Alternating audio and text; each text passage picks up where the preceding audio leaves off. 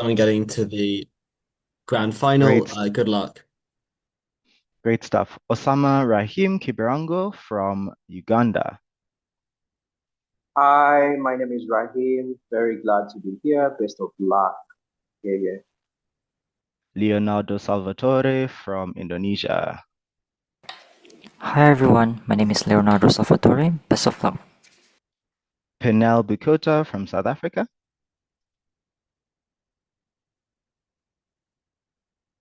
Oh, well, hi, on behalf of Pinelle, I guess.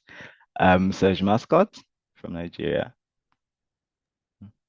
Hi everyone, my name is Serg Mascot. I'm going to be one of the panelists. I wish the best of luck to all the teams here. Sofia Dantas.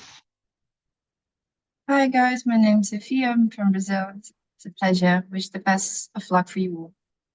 Great stuff. We're just going to have the teams from opening government to closing opposition just introduce themselves in their speaker orders. OG Pro Am. Yeah, Jeffrey, I'm going to be the Prime Minister.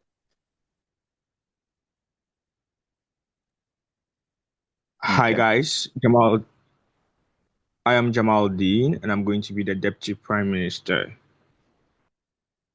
Opening opposition, Arigato. Hello everyone. I hope I'm audible. My name is Grace. I'm leader of opposition. Thank you. Hello everyone. My name is Chiemili. I'm going to be Deputy Leader of Opposition. Thank you. Pirates of the Caribbean. Hey, my name is Matthew Douglas. I'll be a member of government. Yeah. Hi, I'm Joshua Atkins. I'll be government whip. Lastly, Bald and Balding. Hello. My name is Refan. I will be member of opposition. Hello. My name is David, and I will be whip of opposition. Clean. Okay. Thank you, teams, and thank you, judges. I think we can just start, but just a couple of housekeeping rules before we go any further. Firstly, just in terms of time. Speakers, we encourage you to time yourself, so we will try to put times in the chat space. If one of the panelists could assist there, that would be really great. Time is going to work as follows. 7 minutes, 15 seconds of grace time. Of that, the first 1 minute and the last 6 minutes are protected time. What that means is that no POIs can be asked. Anything in between minute 1 and minute 6, we encourage taking POIs. They're very, very important. I know there's no speaker scores that are in play here, but just for engagement's sake, please do purpose to take a POI. Secondly, just in terms of preferences, in terms of your personal pronoun preferences or POI preferences, just verbalize those before you start your speech. And we'll ask speakers across the floor to respect those. I know there's no obligation to do so, but just because we love each other and we're just a big, fat, lovely community, I hope that we can respect each other as well. And then lastly, just have fun. It's a grand final. Let's do it. Cook or get cooked. In the motion, this House prefers a world without the belief in human exceptionalism. Prime Minister, whenever you're ready to open the case and defend the one which stands in your name. Here. I hope I'm audible. Yep, you are audible. All right. So first of all, shout outs to the United Forensic Society, UFS. You've been really instrumental to my growth. And lastly, shout outs to my partner. Jesus Christ too. Shout outs to God for protecting and guiding me. I'm a big Christian boy, so shout outs to God. Yeah, I'll start to my next word.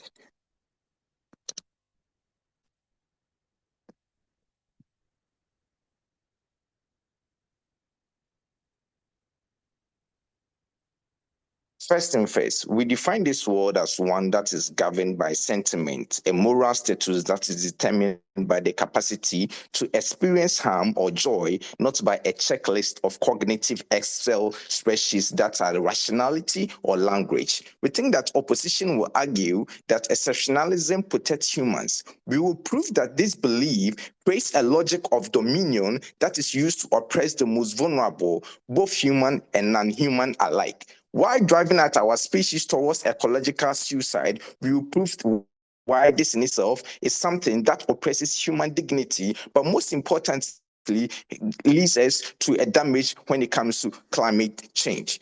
First and first, let's preempt the human rights argument. We think without exceptionalism, we lose the unique sanctity of human life. The fragility of the pedestal means that exceptionalism bases value on capacities, things like your intellect, things like your ability that shows that you are far more superior than the other race. Why is that literally important within the context of today's debate, right? We think that this is dangerous because if a human lack these skills, the infant, the elderly with dementia, the neurodivergent person, their status then becomes a matter of charity, not a matter of right. We take historically, human rights has been used as a gated community. By defining human through specific social or rational capacities, you have historically justified the colonization and the enslavement of all those that are seen and deemed lesser. We think there is a shift. In our world, rights are grounded in vulnerability. So if you can suffer, you have a right not to. This is a steadier flaw for human rights because it cannot be taken away by things like IQ test or social status. We think that one, the hierarchy of oppression will most likely exist because one, the exceptionalism creates a vertical moral ladder. What then that means is that once you accept that it is okay to exploit a being because they are lower than you, what you then do is that you validate the mechanism of exploitation that exists within human society. This is the logic that justifies that one. It means that if we can factory farm animals because they lack complex institution, we use that same logic to marginalize human groups who live outside our specific cultural institutions. But secondly, removing this belief collapses the ladder. It means that we replace the dominion with rationality. This fundamentally changes how we treat the other person that we live within society. What then that means is that one, we are making empathy a default requirement rather than an optional favor for those who are deemed equal to us. Why is that important? For a couple of reasons. One, ecological survival. We think that OO and Upbench will say that, we need exceptionalism to feel responsible for the planet. Exceptionalism is the psychological engine of modern day society. We think that what you then do is that when human beings are exceptional, the earth is merely a standing reserve, a gas station or a grocery store for our use. We only protect it insofar as it serves us. We think what happens with a world that is without exceptionalism, right? One, without this belief, we recognize our biological independency. We aren't the managers of nature. We are just members of nature in and itself. But most importantly, environmental policies shift from mitigating damage to human asset to protecting the intrinsic rights of the biosphere. This is the only mindset that's shaped deep enough to actually solve the climate crisis that exists. But secondly, Pano, understand this. The end of our species is really something that is important because exceptionalism imposes a massive psychological burden. It forces humans to define themselves through separation and conquest. The harm is simple. This creates an existential species loneliness. We view ourselves as aliens on our own planet, constantly striving to prove we are more than animals through productivity and technology. We think in our world, humans find peace in their animality. We gain a sense of belonging to the 3.5 billion people that are living in the world. We think this reduces the modern hustle culture and the void that we currently try to fill with over our consumption. See, opposition is going to defend a world where we are gods in a cage. We prefer a world where we are kind in a forest. We trade a fragile, narcissistic superiority for a resilient, more compassionate human beings as we are.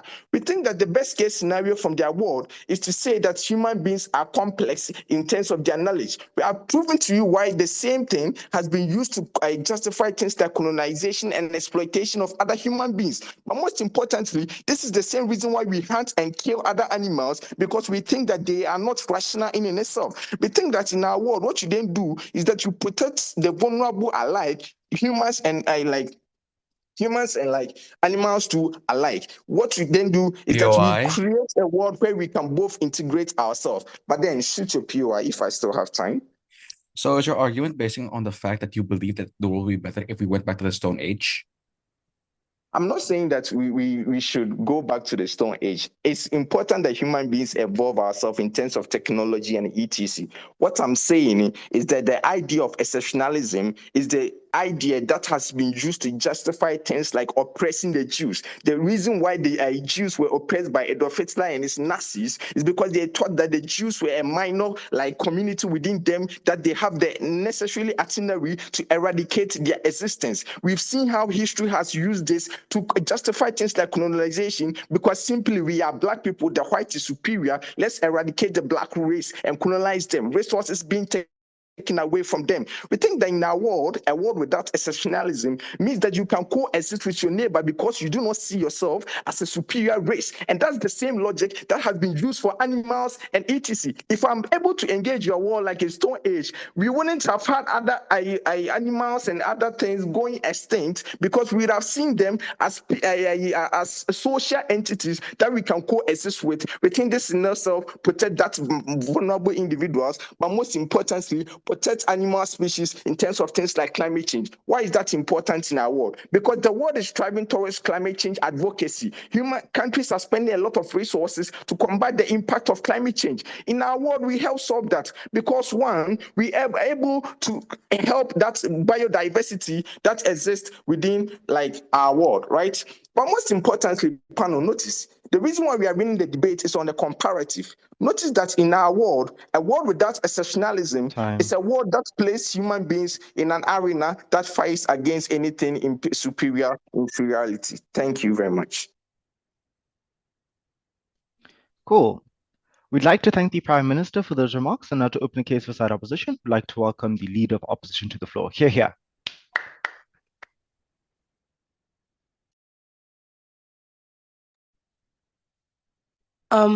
Hello, members of the panel. Am I audible and clear to everyone? Yep, you're good on mind. Okay, thank you very much. Hold on.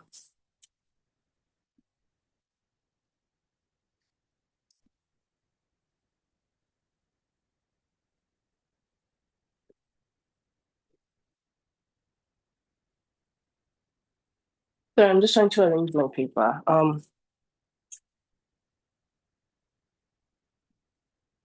So I'll be starting shout outs. I would like to say thank you to Sergio for partnering for this tournament, and a shout out to my debate union, or rather my alumni union, Abba State University, and shout out to my mom, who hasn't chased me out of the house because I have not done any chores in this house since Saturday. So she's just a superwoman for me. I love her very much.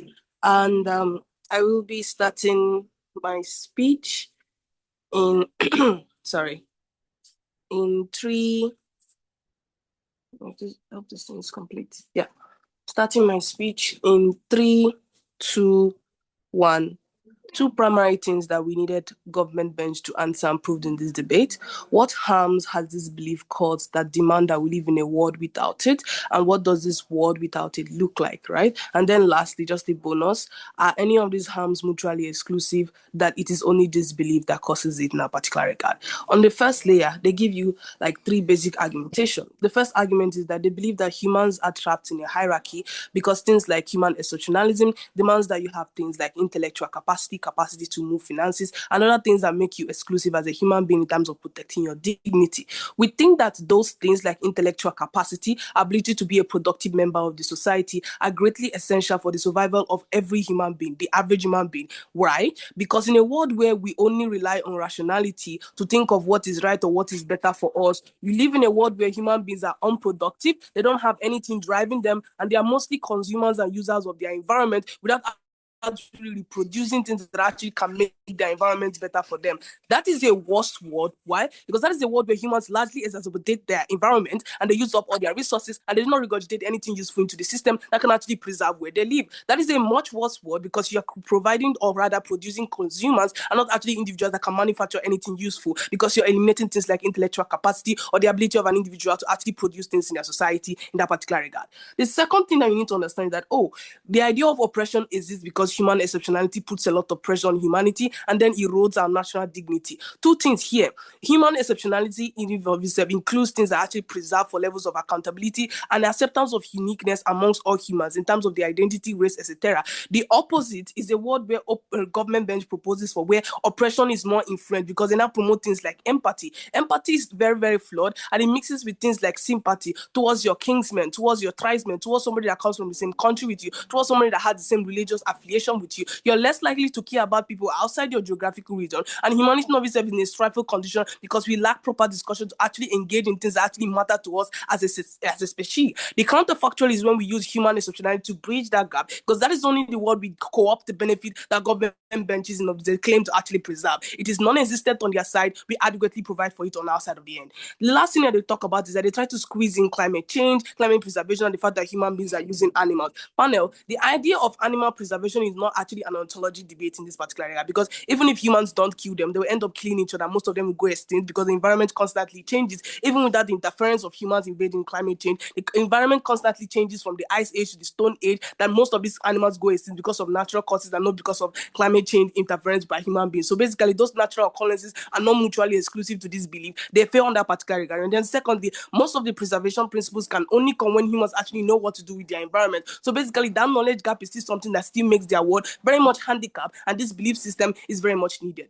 There are basic argumentations I would like to run in this debate to show you why a world with this belief is something you should vote for and why OO is winning this debate. The first argumentation is that, you need to understand, regardless of the facade that OG tried to create, that, anything we run on innovation, anything we run on civilization is false because we think that the world is full of oppression. It's not a delta, like that delta doesn't exclusively exist on our side, because even in a world where humans are only rational biological trait, there's still some level of division and hierarchy that is going to exist. But how you mitigate the harms or how you sustain your environment is what's different between us and them, right? The first argumentation is we believe that this particular belief system is actually essential because it drives things like development and the creativity of human beings, which actually sustains our survival within our environment. Without climate change, right? Without the interference of climate change because of industrialization. Before industrialization started, the entire planet was either too cold or too hot for people in West Africa, or too mid for people who are staying within the Middle East. So the environment was naturally rigged against humans. They had to use human exceptionality to ensure that they develop the modern civilization we have today for the sole purpose of their survival. In that particular regard, it becomes a very huge question for us to understand as to how the extent of preservation and the extent of evolution that would have occurred if we just go with the premises coming from government bench. Without that human exceptionality, that I did need to preserve your soul existence, we would not have gotten that level of development in that particular regard. The second argumentation is that we believe that this particular human exceptionality, this belief system, is particularly important because it is needed in certain areas of competitive innovation in our society to provide basic necessities and utilities in the environment to preserve human dignity, especially for vulnerable individuals. Partner, in a world where we have human exceptionality, that is the only world where government does things like welfareism, preservation of poor individuals, and even including of women. Why? Because that is a world where preservation of human dignity is at the peak in like mixture of concepts like fairness, equity, and all that. That comes with the idea that we are exceptional as humans, as hybrid intellectual beings. We should understand that there are certain things that we need to incorporate in our society so we can have a more better society. Those discussions only occur on our paradigm where we ensure for this level of innovative and the necessity of creating certain utilities in that particular regard. The last argumentation panel, you need to understand that this belief system is essential when it comes to promoting of the uniqueness and diversity that comes with being a human being. Human exceptionality doesn't exist in a vacuum where we are just promoting the ideology of just one person. It is rooted in the uniqueness of the entire planet and the entire human race, right? It means that it appreciates African culture, European culture, the cultures in the Middle East, the cultures of Muslims, etc. It is within that uniqueness that you find things like advocacy for social movements for minority groups and that are not likely getting enough attention, or things happening to them are not preserved. It is within that human exceptionalism that comes with levels of preservation and call-out mechanisms for things like oppression that exists. It is because of the fact that we have human dignity and we care, and we think that because we're exceptional as human beings, we shouldn't do things like kidnap women in Iran and lock them in prisons and put them under oppressions when they don't want to wear hijab. We shouldn't do things like exploit Africans for centuries by putting them under slavery. It is this justification that makes us unique as human beings and exceptionally creates a world that is more civil and less volatile. Panel, understand three basic things. We have created to you on the first layer how most of the problems in government's world, especially prime minister's framing, is only exacerbated when there is no neutral ground for engagement by actually advocating for belief systems like human exceptionalism. Secondly, we analyze to you why a world with this belief system currently in status quo is more stable, and they are checking mechanisms that actually sustain our humanity and our uniqueness in that particular regard. And then lastly, we tell you that most of the harms that they actually advocate for are not mutually exclusive, because most of those things would happen, but they are worst off when we do not have human exceptionalism that serves as a checking mechanism. And in summary, panel, we win this debate from opening opposition because we exclusively show you why this belief system is something that's sustainable for humanity and obviously preserves it, right? And then conclusively, because I still have time. So, inconclusively, a bonus argumentation, right? So the concept of, human dignity being eroded, because they are most likely going to run a counter argumentation that why do you do things like promoting of capitalism due to competition, etc. It is because we live in that particular world where that's where things like individuals who are poor from middle-income families have the idea of social mobility, because there is an opportunity created for you to better your life. That opportunity is lacking when we just live in a world of empathy and everybody is consuming and not producing or actually seeking for a motivation to better their life. Very proud to oppose from OO. Thank you. We'd like to thank the Leader of Opposition for those remarks. And now to continue the case for side government, Deputy Prime Minister, whenever you're ready. Here. All right, sure. You are going to budget in if you have a POI. Shout out to my partner for bringing me here. And shout out to the Debate Society. And shout out to every other person, Reen, Foster. Shout out to every other person who has contributed to my growth. I'm going to begin my speech in 3, 2, 1. What OO did is to establish a causal causative link between innovation and human exceptionalism, because there is no single innovator of tech or whatever who has succeeded in innovation because of a belief in something called human exceptionalism. The vast majority of innovation is as a result of other factors except a belief in human exceptionalism. I literally challenged the up bench to bring one single innovator who said he innovated this thing because of a belief called human exceptionalism. That doesn't happen. It's just a causal causative link that they introduce on 3 key instances. And why I'm going to show you why that is bad. Right? Notice that 1. The vast majority of innovation, even in the vast majority of instances, most of them are serendipitous in nature in the vast majority of instances. And also, none of them is as a result of a potential or something called a belief in human exceptionalism. People, Edison did not innovate light bulb because he believed in human exceptionalism. He did so because he was just someone who was into those spaces, and he was like, he literally needed to feed. He literally needed to, live and survive in the world. In our world where there's no belief in human exceptionalism, people still have to survive. People still have to live. They are still going to drive innovation. They are still going to get all the other gains that she talked about. How do I know? Unlike her, I'll tell you 2 behavioral instances where it is true. 1, on Darwin's theory of evolution. It says that humans will survive through things like survival of the fittest, through things like adaptation and whatnot. 2, Lamarckism theory of evolution also says that humans will protract their body and their environment and will adapt in order to survive. So things like the giraffe didn't have long neck, and because it needed to feed off of things in the air, off of trees, it has to generate or now protract its long neck. So behaviorally, people are going to be innovative without any belief in human exceptionalism. What that means is that false causal link between innovation and human exceptionalism is one that is not important in the debate. But then let's just make things clear in our world. Our world is a world where there is no belief in human exceptionalism. Yeah, What that means is that there's still going to be categorical moral imperatives, right? Before that, I'll take POI. It doesn't need to be expressly called human exceptionalism. It just needs to be called a driving force for survival. You're not actually making any sense by imposing unnecessary burdens that were not created for up in this debate. Okay, so panel, look at the logical. Actually, this is so funny, really, because if I eat food now, it is actually because I want to survive.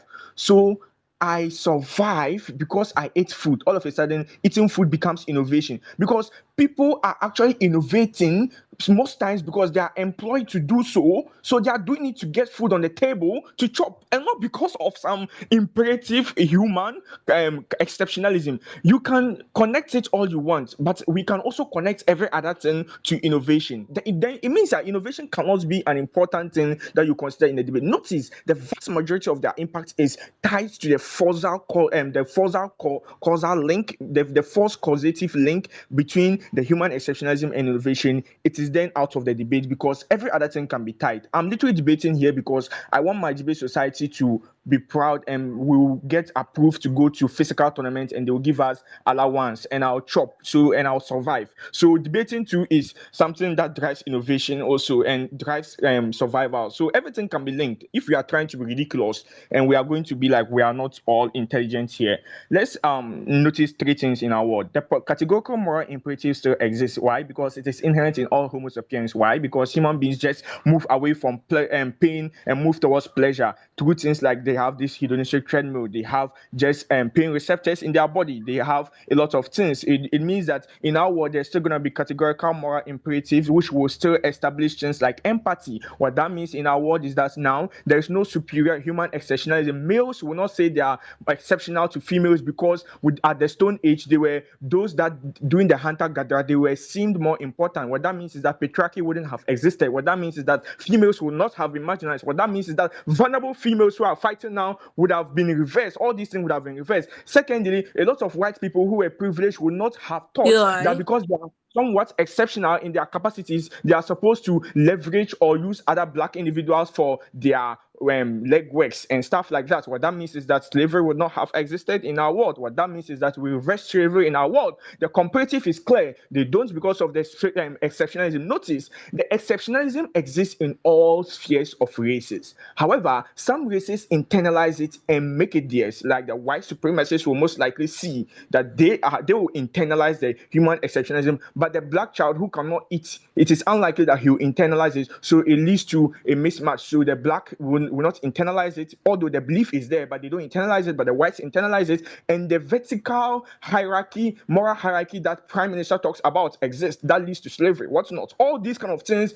if indeed it is not important, then we don't care about winning the debate, because I don't know what else is important. The next thing we are going to note is that there's still going to be religious institutions like Abrahamic religions that's still going to preach things like tolerance and what's not. Our world still exists. There's still, even if they are not there, atheists are inherently good people. So even if, let's say, there is nothing at all in our world, people are still inherently going to be good. That means that they are still going to be enacting laws that will protect each other and what's not. What that means is that there's not still going to be all those excesses of marginalization, but there will be empathy. Their best response is that because of empathy, people will be empathetic towards their kings and what's not. Then because of that, there's still going to be marginalization. Notice, panel, people are empathetic towards their kings. That is an authority who will settle disputes and whatnot. So the world still gets to be functional and whatnot. Notice people are still going to be woke and liberal in the status quo. So it still exists. People are still going to call out a lot of other atrocities and whatnot. Everything that they say is still going to be mitigated in our world. Why is it important then? Notice things like climate change is just as a result of human believing that we are so exceptional. The environment doesn't matter.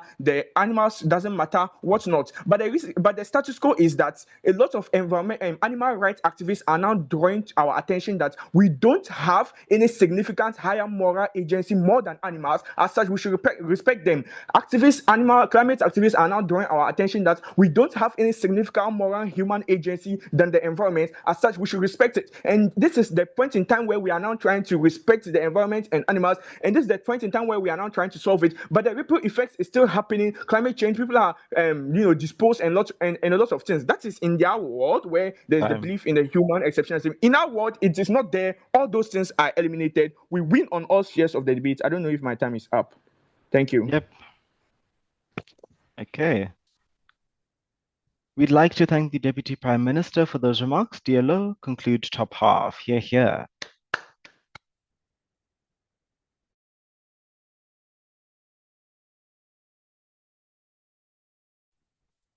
Chair, am I audible? Yep, you're audible. Okay, thank you very much. So, before I start, first of all, oh shit. Okay. So yeah, before I start, basic shout out to my partner Grace. Thanks for this. Hopefully, we will win.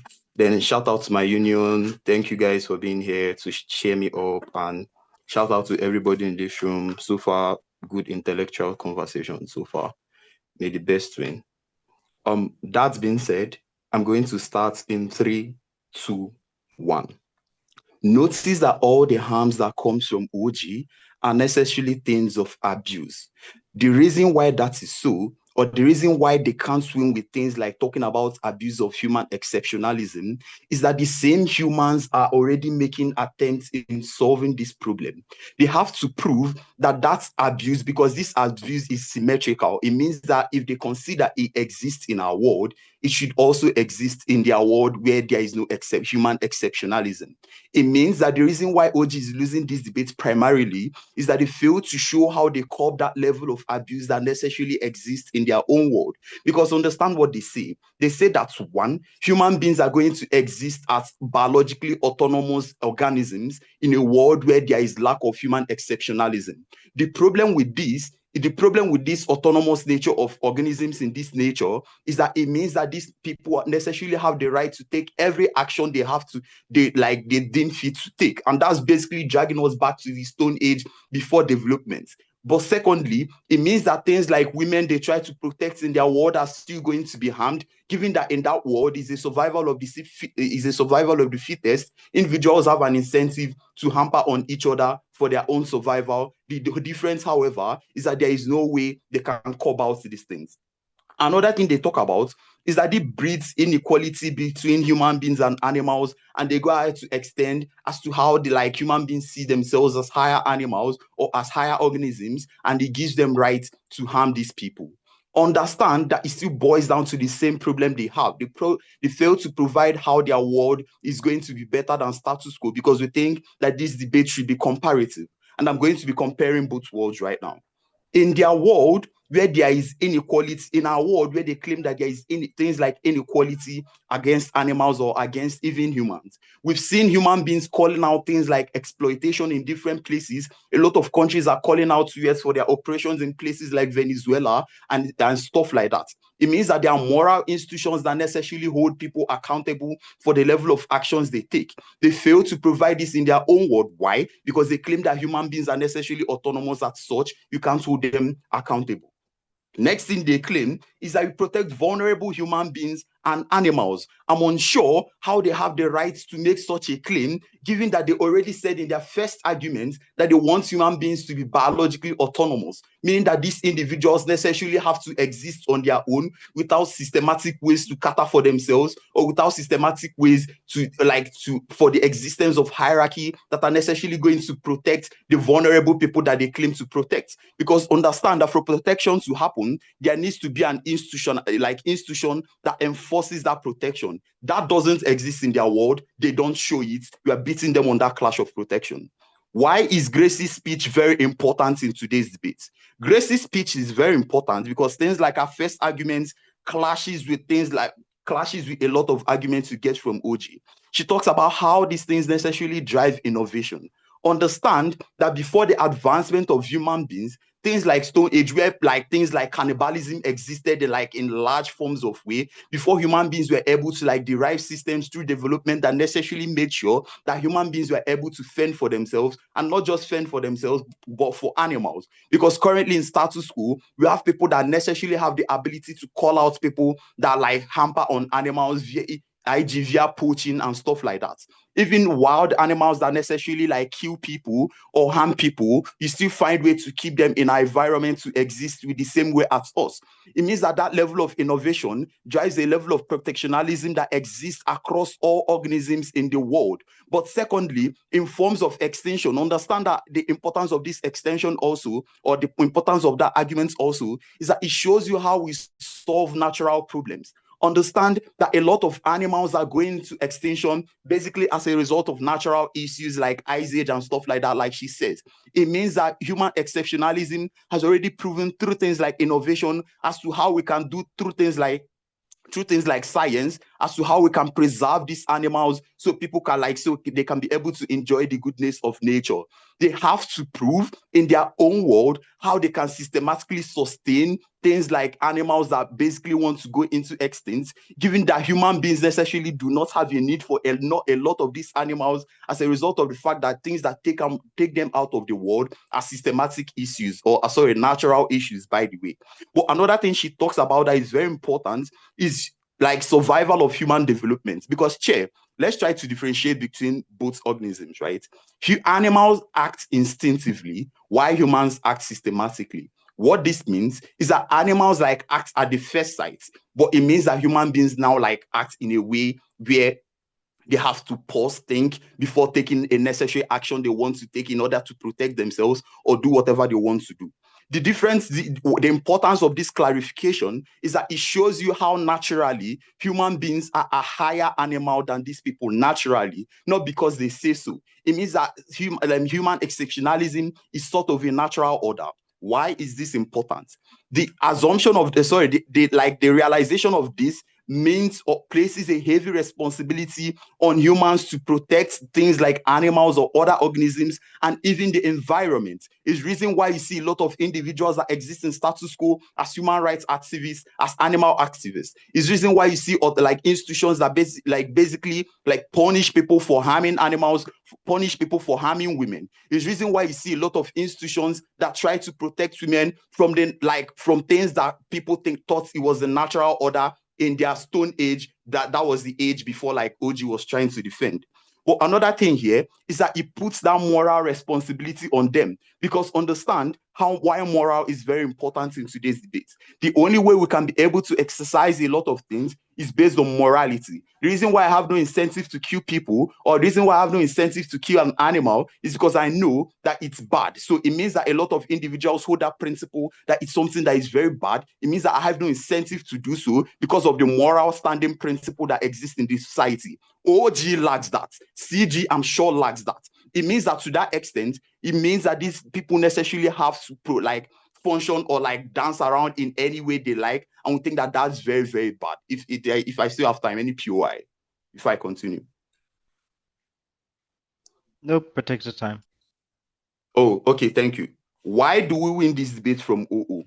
Chair, understand that the fact that human exceptionalism exists is something that also comes with its own abuse, with its own harms. Like every other word in this debate is going to have their own harms. What we do, or why we win exclusively from OO, is that we prove how the benefits that we co-opt from our world is something that supersedes all these harms, given that these same human beings are actively making or striving attempts in order to curb these problems or abuses that necessarily exist. Vote OO. Thank you. Great. Awesome. How's things and excuses? Deputy Leader of Opposition for those remarks. Just a reminder, after 7 minutes and 30, we won't to take any notes. Cool. How's things and excuses? DLO, Member of Government, whenever you're ready to begin the bottom half chat. Here. All right. My laptop charger isn't working. My laptop battery is really low. If I start breaking up, it's because it does this stupid thing where it just kind of stops functioning properly as the battery gets lower. So please do tell me if I'm breaking up and I'll switch devices. Before I begin, just shout outs to a few people. Firstly, my coach, if he's watching, thank you so much. You have been instrumental in getting me to this point. Thank you to my partner as well for sticking through this entire competition with me. You've been a great source of, joy throughout this competition, and you've helped me improve in a way that has allowed me to actually be by your side here. I'm gonna just get into it then before my laptop just completely dies. I'll start on my next word.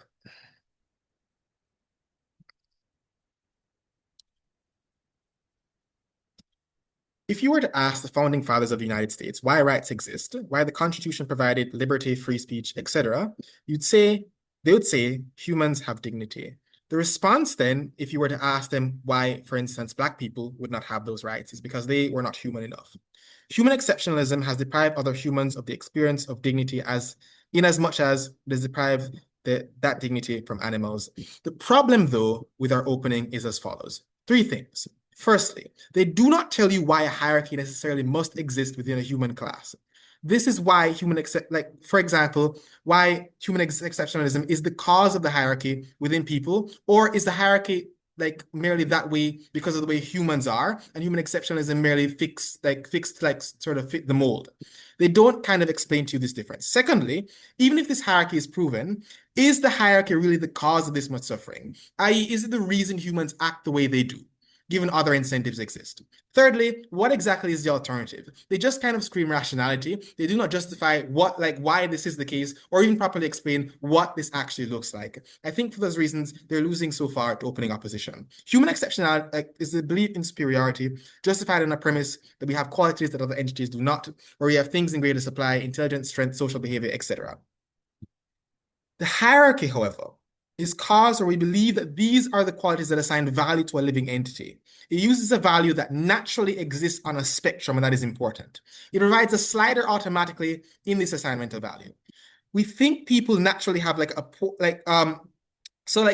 value itself, like if you're using these values, naturally there's going to be like wiggle room. We think secondly and importantly, individuals have a poor means of assessing others.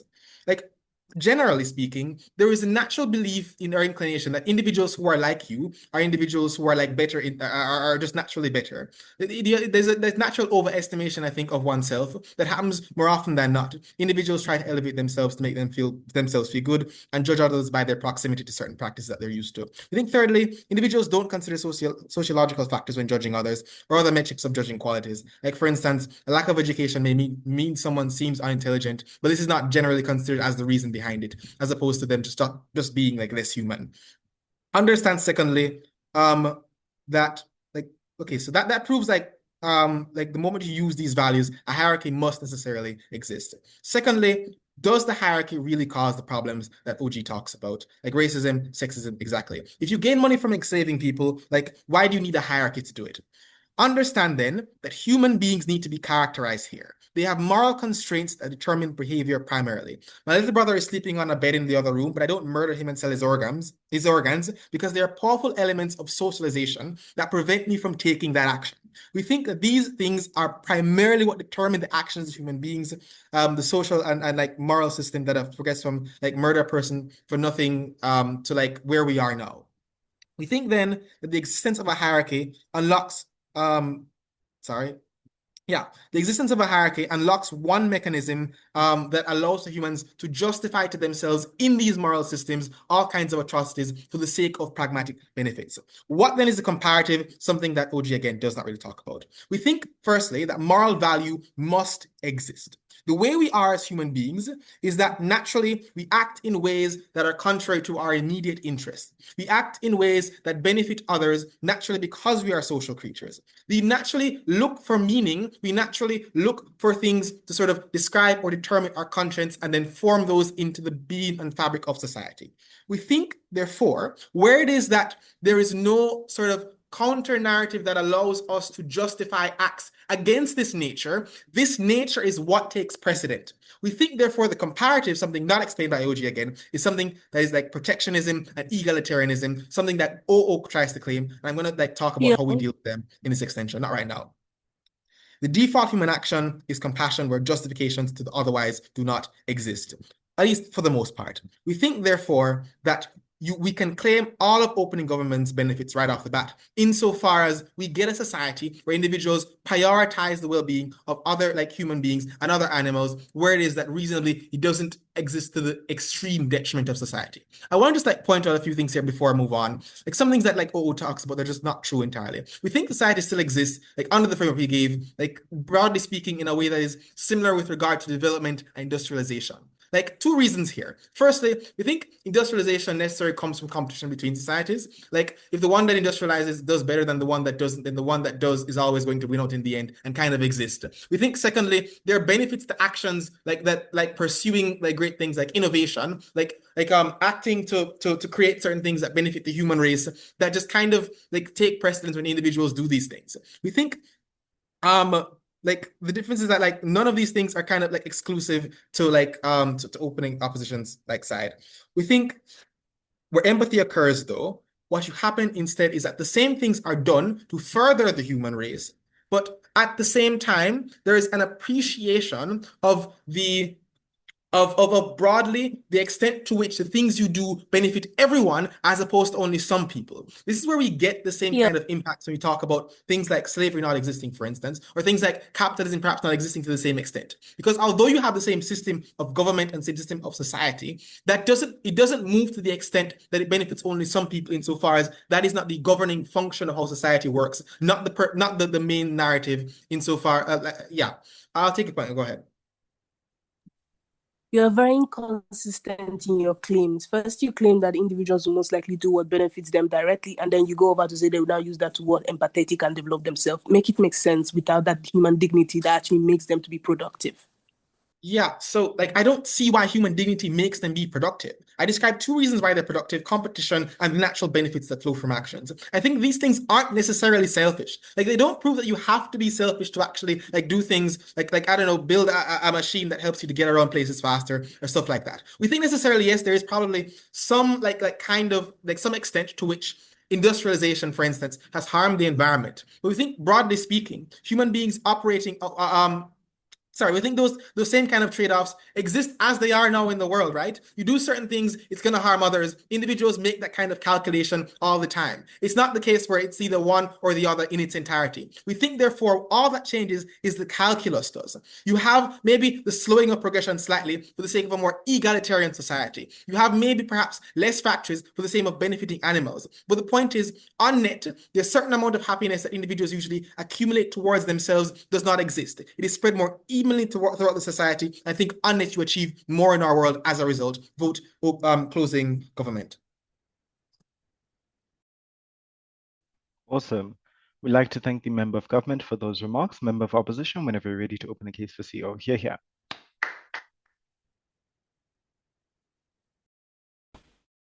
Hello, am I audible? Yep, clearly audible. Okay, give me 1 second to take a drink. For my speech, I will try to take a POI, but my speech is quite dense. So if there's a POI and I do not respond to it within 5 seconds, unfortunately it means that I reject your POI. But yeah, before that, let me just take a drink of some water.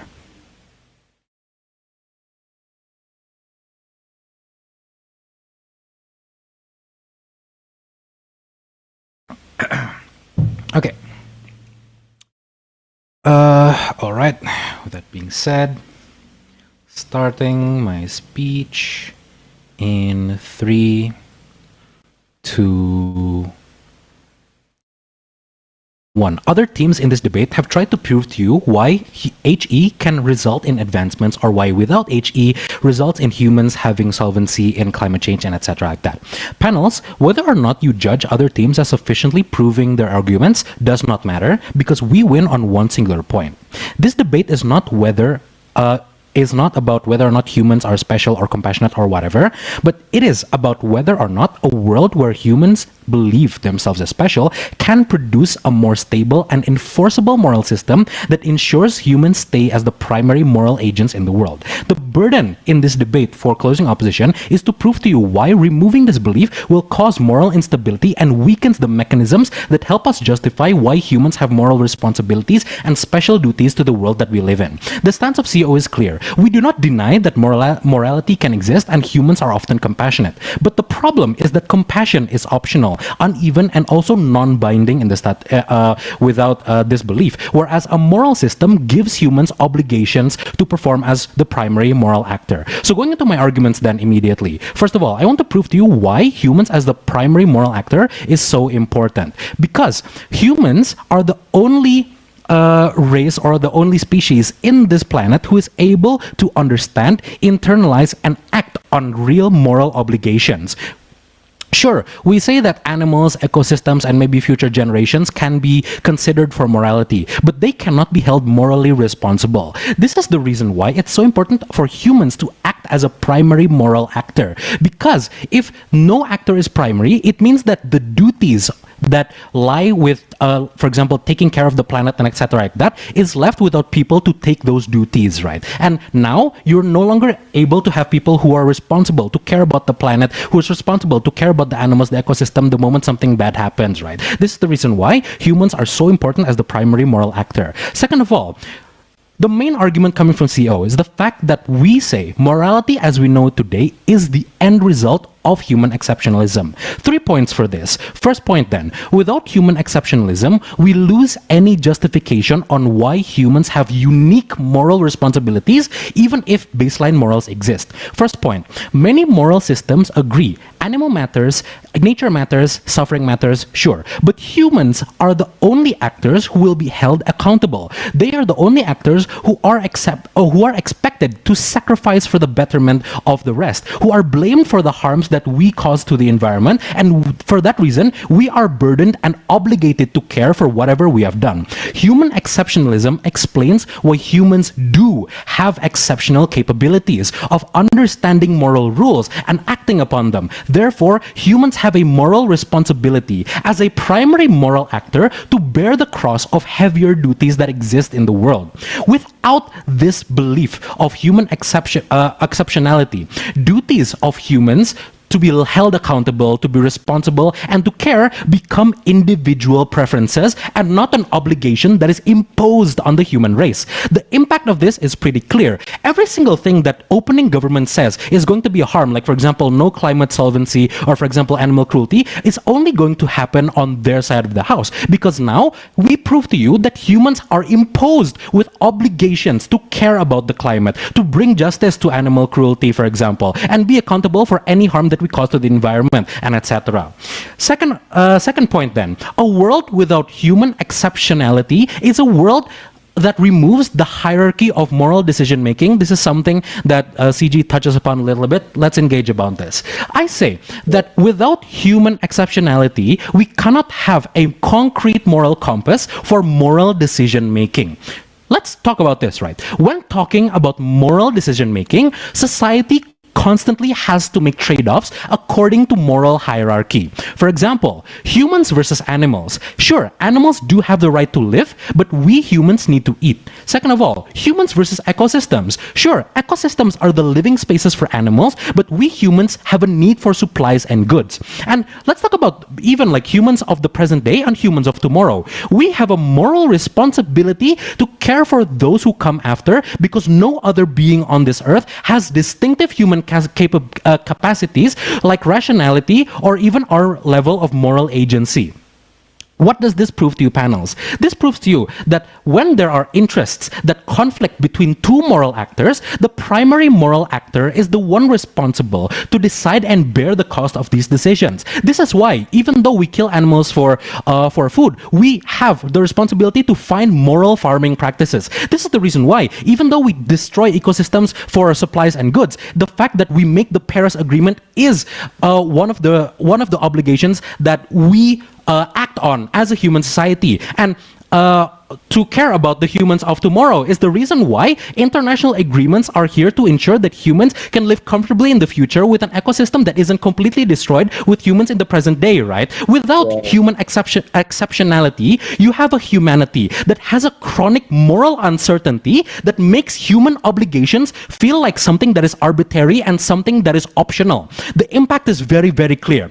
Weaker human compliance with moral norms is something that is going to be normalized within your status quo. Second of all, there's going to be a selective enforcement of responsibility, because why should we care if we do not believe that we are the primary moral actor who must be obligated to be responsible for all of our actions? And third impact, an erosion of compliance and trust in moral authority, like for example, the law or our governments. Why? Because we believe that they are humans too. And if humans believe that they are not exceptional, that we are the same as animals, I doubt we as a race will listen to human authority when we don't even let races like, for example, smart apes or dolphins make laws for us, and etc. like that. I'm going to give you one visualization that will happen in the real world of why this is something that can have an impact towards human society. I'm going to say that this visualization is going to look like governments losing the justification for having special duties towards their citizens, right? Because without human exceptionalism, government lose a principled basis for prioritizing human welfare over any other kind of, for example, moral claims and etc. like. And it means that governments are free to, for example, demand taxes, obedience, sacrifice, and restraint. And this is something that cannot be controlled because they do not feel like they have the moral responsibility to have to care and etc. like this. This is the reason why a world without human exceptionality is a world that strips humans from the responsibility as a race to act as a primary moral actor. This is the reason why I'm very proud to propose. I mean, Awesome. House thanks and excuses the member of opposition for those remarks. That brings an end to the substantive portion of the debate. And now to close the case for side government, we'd like to welcome the government whip. Here. All right, just give me a second.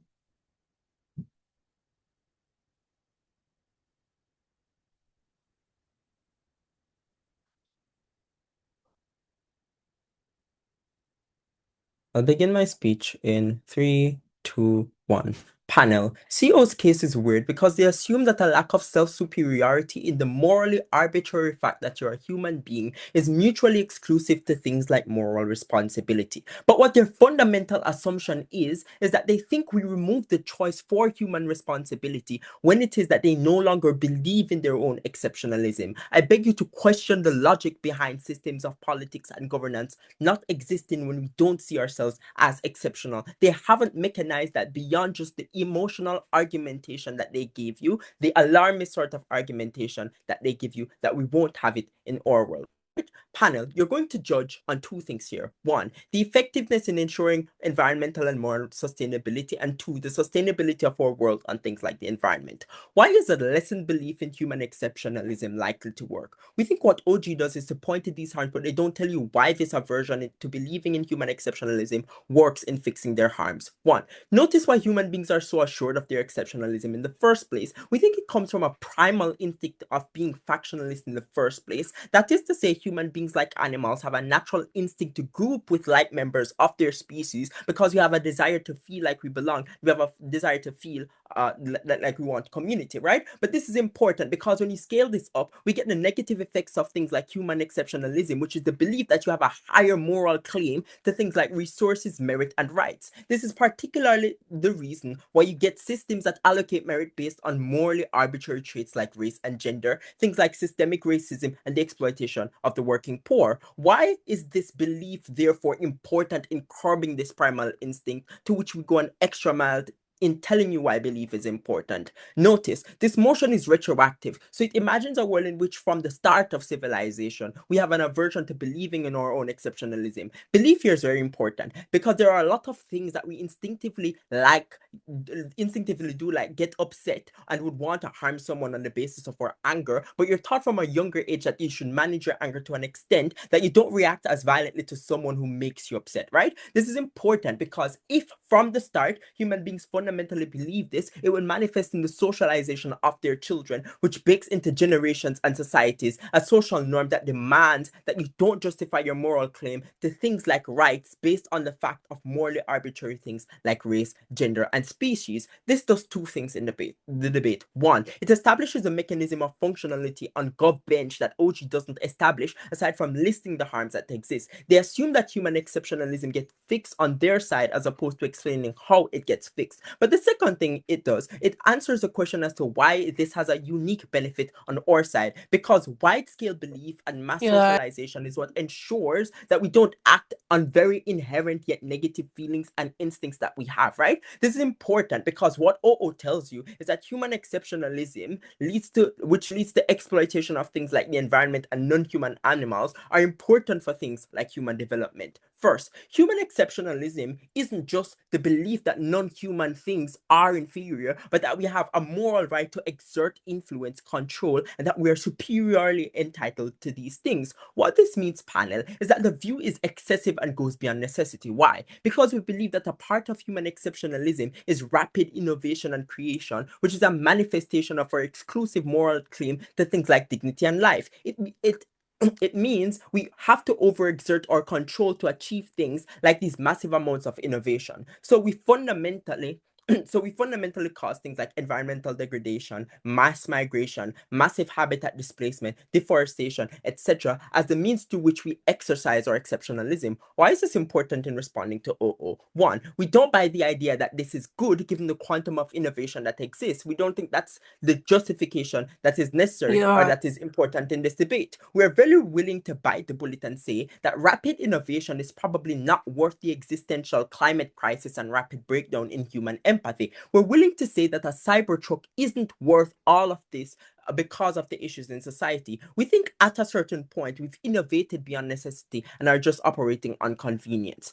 Second, what our world does is force human beings to develop based on necessity and no more, because there's no belief that we need to innovate far more than is required for our own subsistence. We think human beings in our world don't get things like the massive mining of cobalt in the DRC for an iPhone to exist. This is far better because it means we shift away our self-worth from our capacity to innovate and to be utile to an appreciation of the dignity of the things that inhere with dignity and the moral claim to rights as well. Why is this important? One, we don't get the sort of deterioration of the environment on scale that we get in ops world. So mining excessively to make an iPhone doesn't exist. But second, we only need to justify our use of things like the environment and eating animals based on absolute necessity as opposed to convenience and personal preference. We think this is important because our case is cohesive on principle, i.e. that we can use necessity as a justification to vitiate the moral indignity of things like killing an animal to eat it, or things like mining to build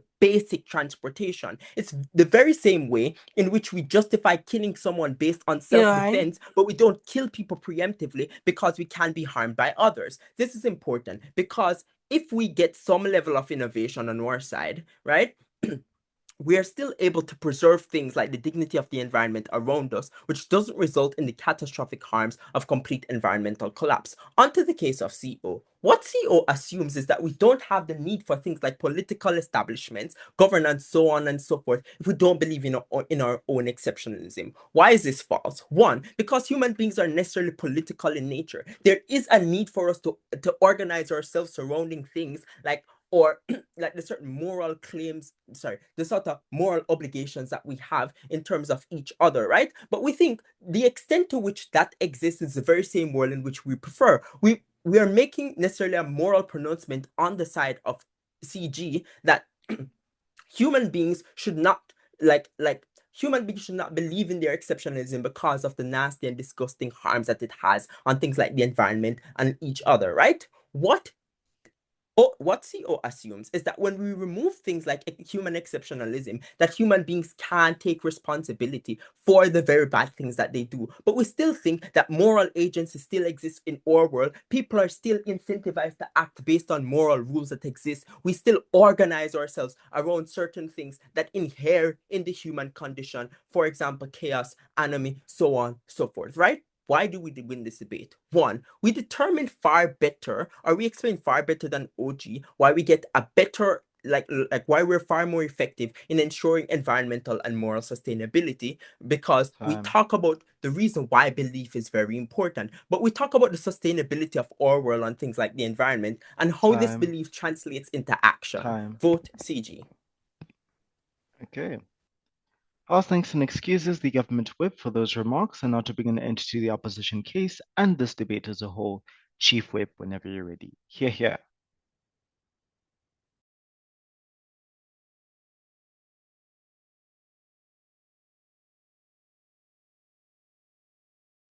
Hello? Am I audible? Hi, yep, you're audible. Okay.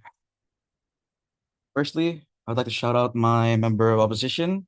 He has been such a great mentor this entire tournament, and he has literally improved me by like at least 2 speakers course, I feel. So like really shout out to him. He's been able to carry me through this entire competition and has made me learn so much more. And is the reason why I'm able to actually stand in this grand final room with all of you today. Also, shout out to all the other teams because I think this is going to be a really fun, because I think this has been a really fun debate. Okay. Other than that, I think that's everything I want to say for my speech. Let me get a moment to bring my timer and calm my nerves.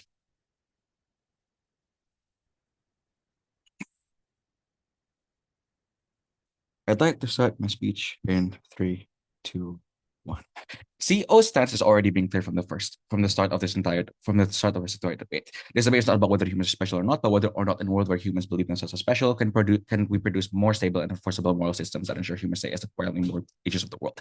That's what my member of opposition has already told you through the entire speech. So let's go to a couple of clarifications that I want to bring to CG. First, they say CEO says that people cannot be moral without human exceptionalism and things on those sides. We immediately bite this bullet by saying that yes, sure, you can have morals and you can be empathetic in your side of the house. However, the difference is that you're not going to be able to actually enforce the society norms and things along those lines. You're not able to enforce moral norms. Sure, you can say things about the lines of like, oh, you're not going to suddenly kill your family member while they're sleeping. Sure, but your foundation of morals are still worse off compared to CEO, since we tell you why.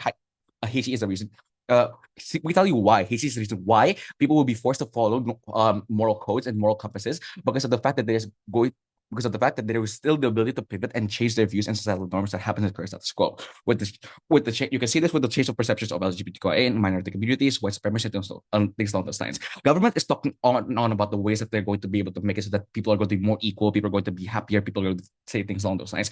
But the thing about the entirety of government case in both opening and in closing is the fact that they fringe on the idea that the fact that people go into their animalistic nature will make it so that things like problems like racism and things along those lines will be fixed because of the fact that they will be more animalistic. However, we don't believe that this is true in CO. Why? Because we go back to the idea about the fact that there's no actual enforcement of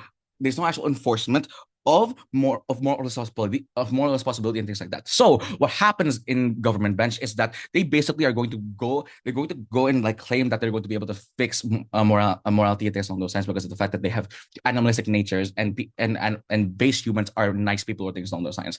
We don't believe this is true. Why? Because of the fact that if we take into account that this debate started in the Stone Age or things along those lines, if you go through a system of like survival of the fittest, there will still be things like racism, there will still be things like homophobia and things like that. But the difference is, in CO, we give you the explanation and the logical link that when we have human exceptionality, we are going to understand that there is indeed problems of dignity and things along those lines. We are able to tell you that these things are bad and we have to fix these things, which is why I tell you that people in our side, in CO's case, will be able to pivot and understand when something is bad and when we have to change societal norms, like for example the emancipation of Black people or like the letting gay people be married and things of society be actual things that happen in today's society. That is what CEO is trying to say. The way we are able to make it, what happens in government bench is basically they are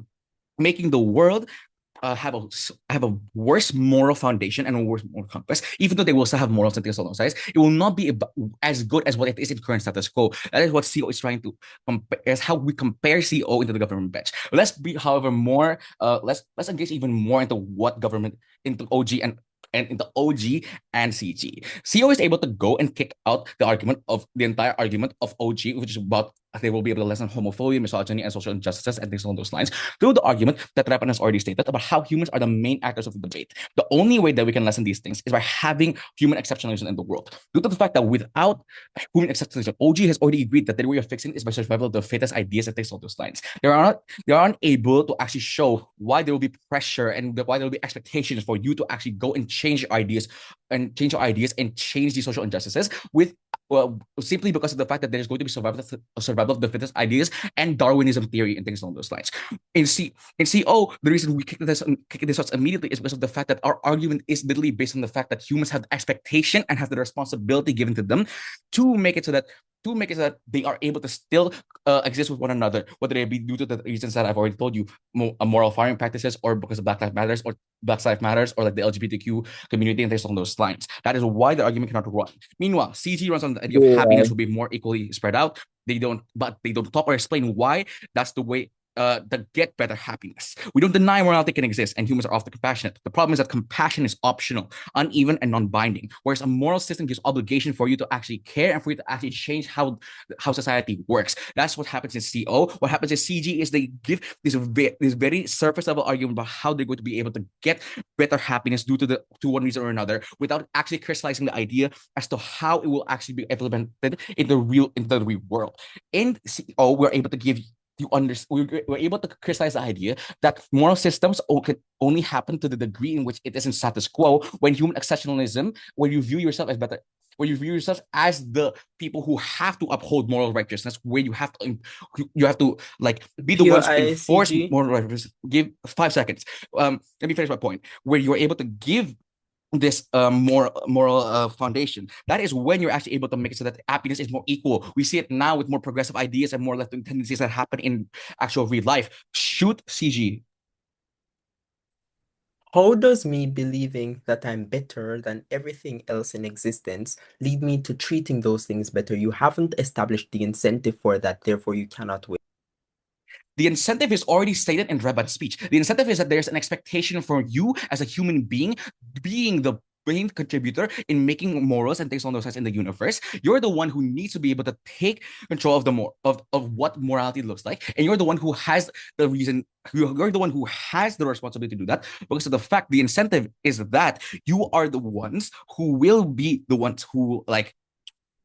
I'm okay. Basically, you're the ones who will have to have the responsibility of having enough you're the ones who basically need to show that yes, there's problems in the world right now, and we're the ones who are going to actually be able to solve it. In comparison to OO cannot crystallize the idea well enough. We have crystallize the idea well enough of why HE becomes the reason why morality is able to stand and why it is better for humanity as a whole and society as a whole. CO is the only side in this debate that gives you actual crystallization and explanation as to why one, problems like social injustice and things like that will actually be lessened in our side of the house, and two,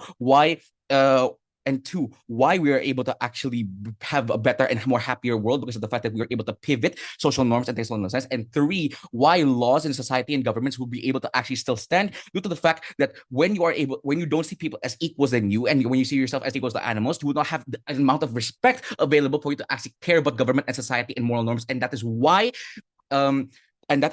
society will work only in CO's case. So that's why we should win this debate. Vote CO. Awesome. How's things, and excuses, Chief Whip, for those remarks. That brings an end to the grand finals of Kampala Open 2026. Congratulations in advance to all teams. Thank you guys for what was a really, really excellent debate. Adjudicators, please just join me on Discord. I guess we're going to deliberate at the auditorium. Yeah, thank you, everyone.